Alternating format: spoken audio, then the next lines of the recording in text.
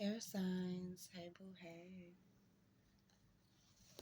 So we have like interesting energy here. There's a few different messages going on. So I'm gonna just call this our full moon in Gemini reading.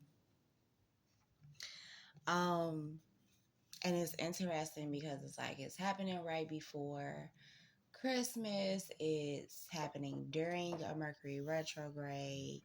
Mercury is ruled by, I'm sorry, Gemini and Virgo are ruled by Mercury.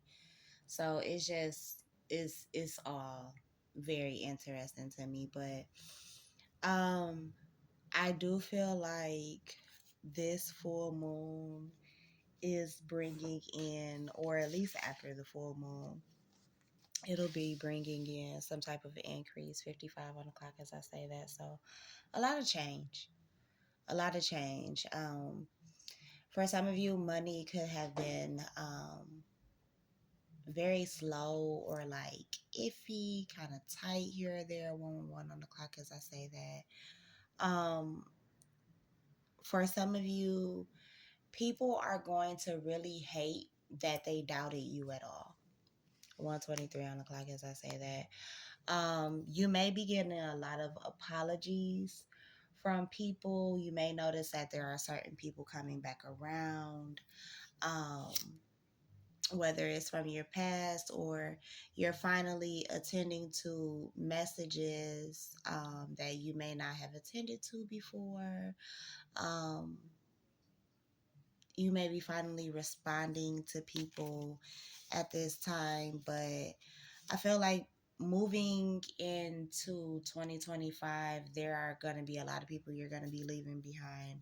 Like I said, a lot of people who are going to be sorry because they had a certain outlook or perspective when it came to you. Maybe when it came to your knowledge, your skill set, things like that. These people, like, they look down on you, really. For some of you, these are old lovers, these are family members, these are some of your friends. They coming from a certain place within themselves, they may have doubted you because they would doubt their own self on whether they could accomplish whatever you're trying to. 2:43 on the clock. You're doing a little bit more right now than what you would usually do. For others of you, Spirit is encouraging you to do a little bit more. Now, for others of you, I feel like this is a significant other of yours, or a love interest, I'll say. You put the energy where it's supposed to go and how it applies. Like, share, and subscribe while you're here. I just saw 311 and 313 on the clock. Detroit could be significant. That is one of the area codes there. Michigan could be significant as well. 327 on the clock. And Aries could be significant. And in the pre-shuffle, I did pull the card for fire signs. 333 could be significant. Also, 334 may be a significant angel number. Now, as I'm shouting out these angel numbers, please take note of them and maybe Google them later as an angel number to figure out, like, what other messages Spirit may have for you, because angel numbers are messages. They are signals from the divine, the cosmos around us. Um, cheat codes, I guess you could say.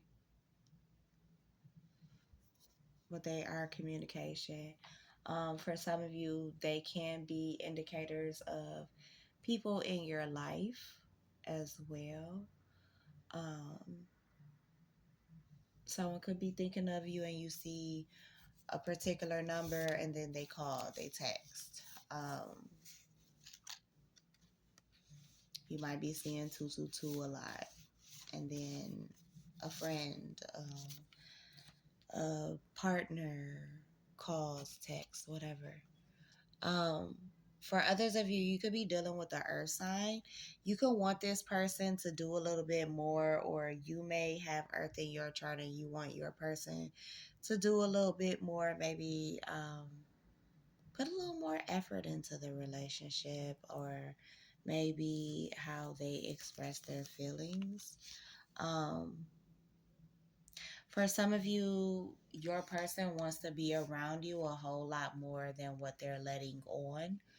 Um, they may be in a space where they're reserved. They're not trying to come off like they're doing too much, or I'm hearing somebody say too thirsty. But I feel like that's something that comes from like maybe they've been hurt in the past, or when they showed interest to someone that they really like 5:54 on the clock. That person may not have really invested or reciprocated, rather, thank you, reciprocated the energy that they were giving off. So now with you, with someone that they really could give this energy to, they may be more apprehensive, more hesitant to actually show how they're feeling, or um, maybe prove it in a way. They could be in a space where they're waiting on you to like show signs, or um, it's almost like a tag your it type of situation where you guys are playing like tag but with love. It's almost cute, but I can see how it could be annoying after so long, or where you guys could possibly get to a stalemate where you both kind of don't know the next move or the next thing to do. Um, I would say talk, because that's the first thing that just came to my mind is talk. You guys are probably gonna have to communicate a little bit more. For some of you, especially dealing with someone who may have an earth sign placement, um, and then you being air, having maybe air dominant in your chart, you may be more outgoing, more lively, I'll say, versus this person. Um, or at least that's how it seems. Um, for others of you, like this person, they ground you a lot, and you want to be around them a lot more, but you may not know how to express this. This could be very early on in your relationship, or what you two would deem as early on in your relationship. You may be trying to take things slow. Like, I heard earlier from my own personal life, so it may resonate with somebody else, but somebody may be trying to slow walk you all the way to the altar. Like they're moving slow because they see you as the one. So they're not really trying to rush it, but I also feel like in some ways, in the back of their mind, it's like they have this knowing that they can that they can slow walk this one, because either they think or feel like you'll wait, and you possibly or probably will, just because you may know or recognize the divinity in this relationship,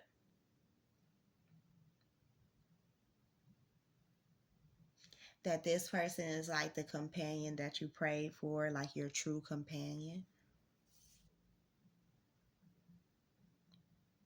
Like they light a fire within you. And of course, like I said before, some of you could be dealing with the Aries, Leo, Sagittarius, or have it in your chart.